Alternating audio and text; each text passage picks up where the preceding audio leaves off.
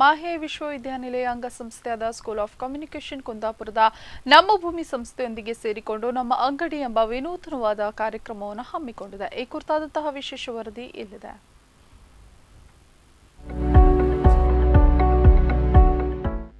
ಇದು ಯಾವುದೇ ಮಾರಾಟ ಮಳಿಗೆಯಲ್ಲ. ಇಲ್ಲಿ ವ್ಯಾಪಾರ ಮಾಡುವವರು ವ್ಯಾಪಾರಿಗಳಲ್ಲ.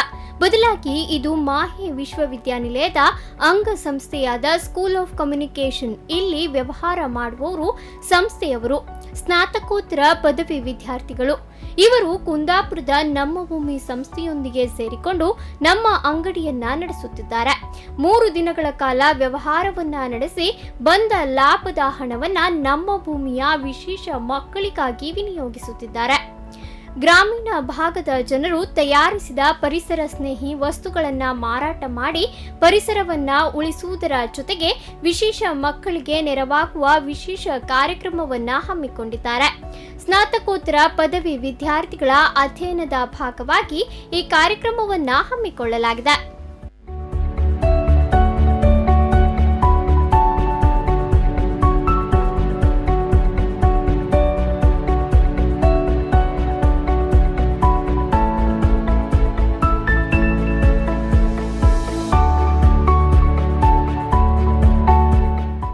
ಕುಂದಾಪುರದ ನಮ್ಮ ಭೂಮಿ ಸಂಸ್ಥೆ ಹಲವಾರು ಮಕ್ಕಳನ್ನ ಸೇರಿಸಿಕೊಂಡು ಗುಡಿ ಕೈಗಾರಿಕೆ, ಕರಕುಶಲ ವಸ್ತುಗಳನ್ನ ತಯಾರಿಸುತ್ತಿದೆ.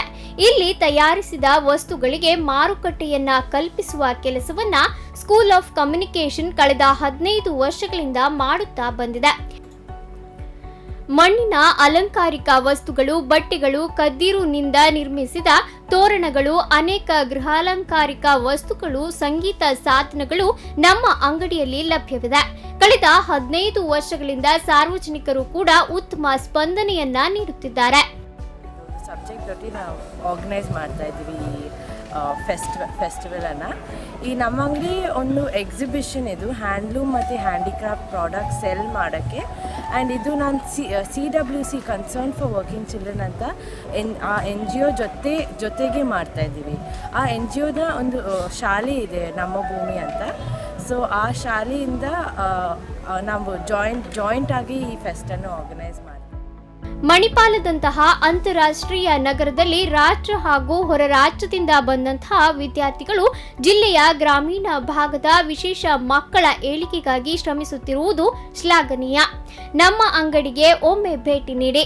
ಇಂತಹ ಒಳ್ಳೆಯ ಕಾರ್ಯದಲ್ಲಿ ನಮ್ಮದು ಒಂದು ಪಾಲಿರಲಿ.